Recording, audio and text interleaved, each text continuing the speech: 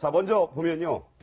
네, 서석구 변호사가 지금 노승일 부장에게 이렇게 얘기를 합니다. 아니, 의도를 갖고 지금 그 USB를 통화 내용 담긴, 큰일 났네, 그 통화 내용이죠. 남긴 걸 넘겨준 게 아니냐 하면서 따지니까 그러면, 그러니까 노승일 씨가 아니다. 난 의도가 있었던 게 아니다라고 반박하니까 서석구 변호사가 무례하다라고 하니까. 그러니까 이제 노 부장이 국민은 그럼 하찮습니까? 하찮느냐? 이렇게 얘기했다고 합니다. 또, 박 대통령, 최순실 씨가 박 대통령을 친한 언니라고 불렀다라고 이 노승일 부장이 이제 증언을 했고, 또 직원들을 최순실 씨는 음식점의 이쑤시개 정도로 생각을 했다. 저 얘기가 좀 오늘 많이 화제가 됐어요. 또 중요한 얘기 했습니다. 고영태 씨의 가명, 민우, 그 유명한 뭐 얘기 나오는 그 이름, 최순실이 그렇게 하라고 지시한 거다.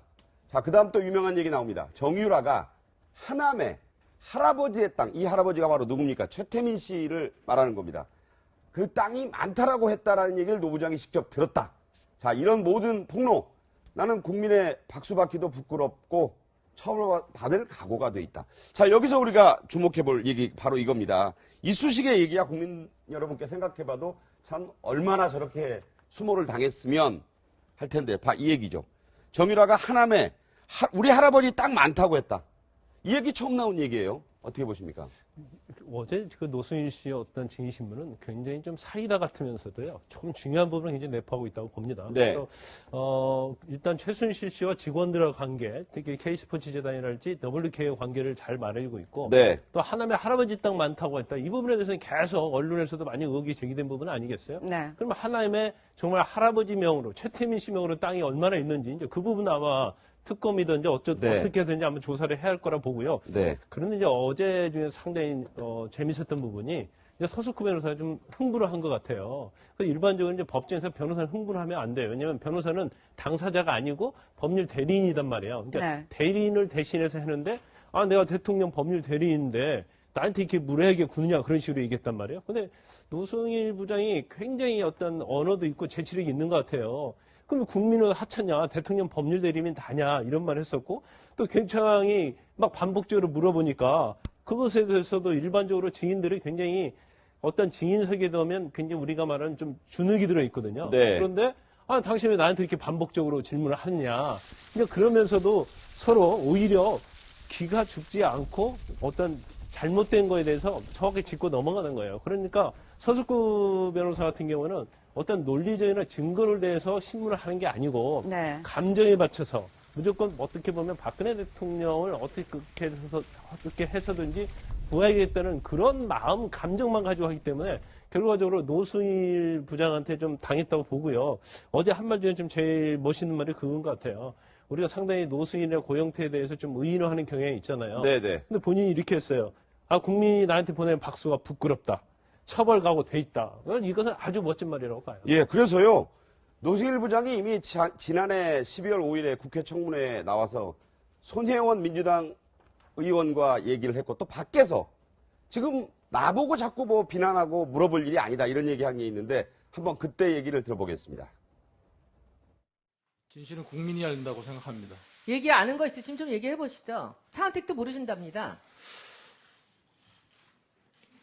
너무 파장이 클 것 같아서. 얘기하십시오. 법인일 중에 여기서만 여러분이 보호받을 수 있습니다. 파장이 크다고 노승일 증인님 얘기하십시오. 답변을 안 하시면 안 예, 됩니다. 제가 보호해 드릴게요. 이거 미징이다 아니다 여기 싸울 때가 아니에요 저는.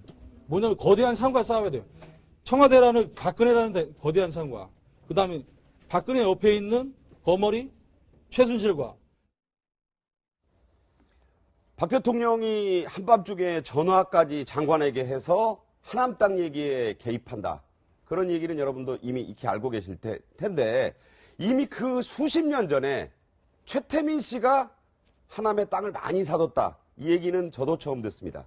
이와 관련된 얘기가 있습니다.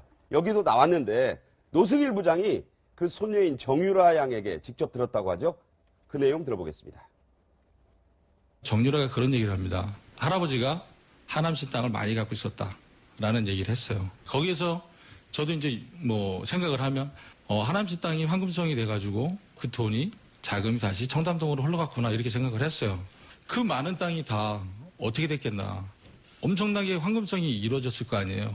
거기에는 그린벨트도 존재할 거잖아요. 그거를 풀 수 있는 건 정부밖에 없어요.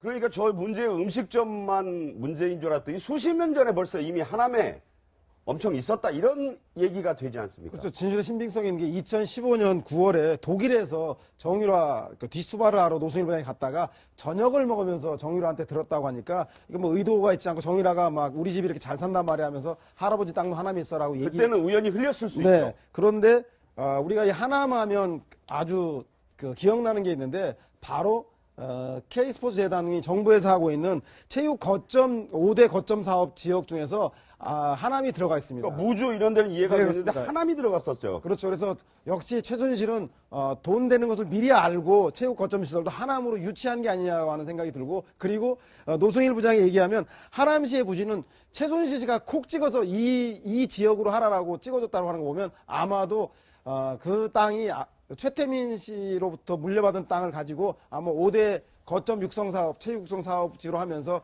시가를 부풀려서 아마 다시 한번 그 땅 투기를 하기 위한 목적이 아니었는가라고 유추해 볼 수 있는 대목이라서 노승일 부장의 주장뿐만 아니라 최태민 씨 소유의 땅이 진짜 하남에 있다는 게 밝혀지게 된다면 그 신빙성은 더욱더 확실하다는 생각이 듭니다. 네.